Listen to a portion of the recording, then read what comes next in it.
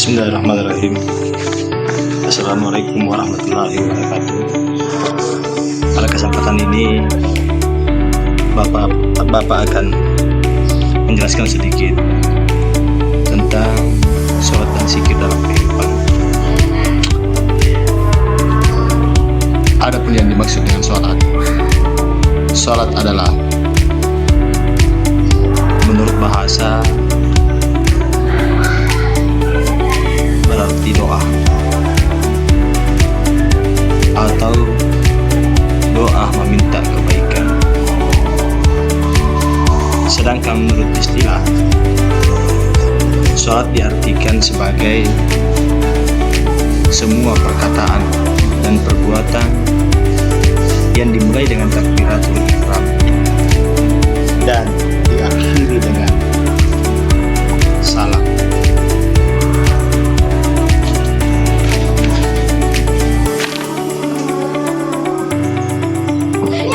Sholat dikerjakan bukan hanya untuk menjalankan kewajiban atau sekadar memenuhi syarat dan rukun, tetapi sholat hendaknya dijadikan sebagai sarana untuk menyadarkan diri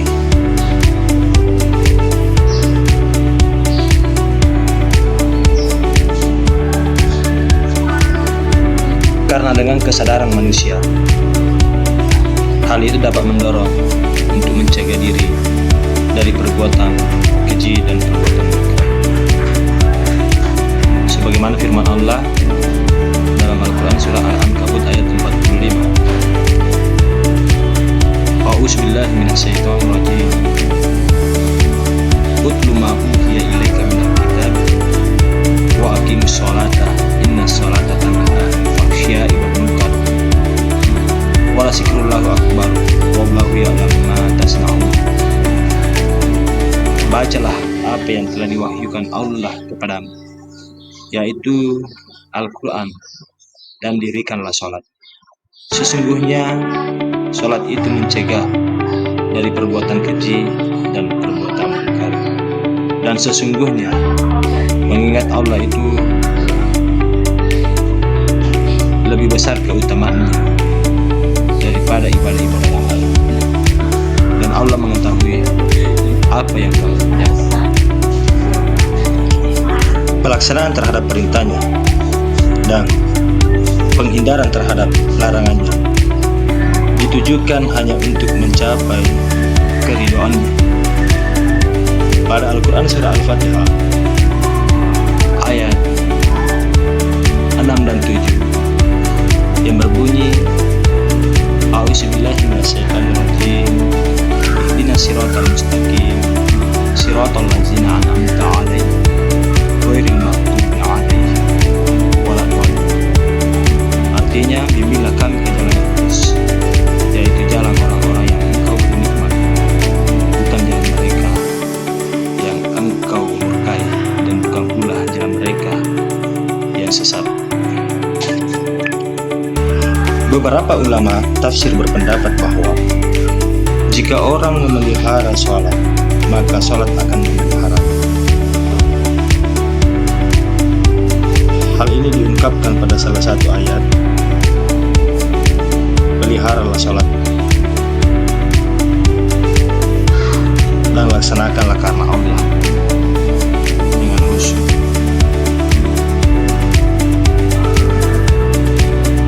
Ditemukan pula bahwa Rasulullah Shallallahu Alaihi Wasallam menjelaskan manfaat dan keutamaan yang diperoleh khususnya bagi orang-orang yang melaksanakan sholat. Rasulullah bersabda, orang yang memelihara sholat akan mendapatkan cahaya, petunjuk dan keselamatan pada hari kiamat. Begitu pula orang yang tidak memeliharanya, ia tidak akan memperoleh hal tersebut. Ia akan bersama Qarun, Fir'aun, Haman, dan Ubay bin Khalaf di hari kiamat. Hadis riwayat Ahmad dan At-Tabari dari Abdullah bin Umar. Nabi menjelaskan bahwa sholat 5 waktu akan membersihkan dosa-dosa orang yang memeliharanya dengan baik.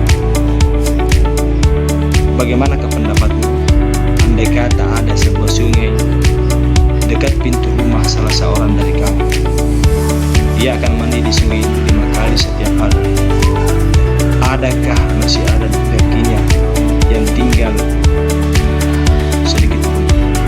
Para sahabat menjawab, tidak ada daki yang tertinggal sedikit pun. Kemudian Rasulullah SAW menegaskan, maka itulah perumpamaan sholat 5 waktu. Dengan sholat itu Allah akan menghapus semua kesalahan-kesalahan. Selanjutnya, zikir. Menurut bahasa, zikir artinya ingat. Sedangkan menurut istilah, zikir diartikan sebagai mengingat Allah sebagai upaya mendekatkan diri kepadanya. Fungsi zikir supaya kita terhindar dari kesombongan, sebagaimana firman Allah Subhanahu wa taala di dalam Al-Qur'an surah Al-Ahzab ayat 41. A'udzubillahi minasyaitonir rajim. Ya ayyuhalladzina amanu dzkurullaha dzikran katsira. Hai orang-orang yang beriman, ingatlah Allah dan zikirlah sebanyak-banyaknya. Ayat tersebut menjelaskan tentang perintah supaya berzikir. Berzikir kepada Allah baik di siang hari maupun di malam hari, baik sendiri maupun berjamaah. Adapun zikir dibagi menjadi 3 macam. Yang pertama, zikir dengan hati, yaitu bertafakur kepada Allah dan merenungkan ciptaan Allah, sehingga timbul dalam pikirannya bahwa Allah adalah Zat yang Maha Kuasa. Kemudian yang kedua, zikir dengan ucapan, yaitu mengucapkan lafal-lafal yang di dalamnya terdapat keagungan namanya.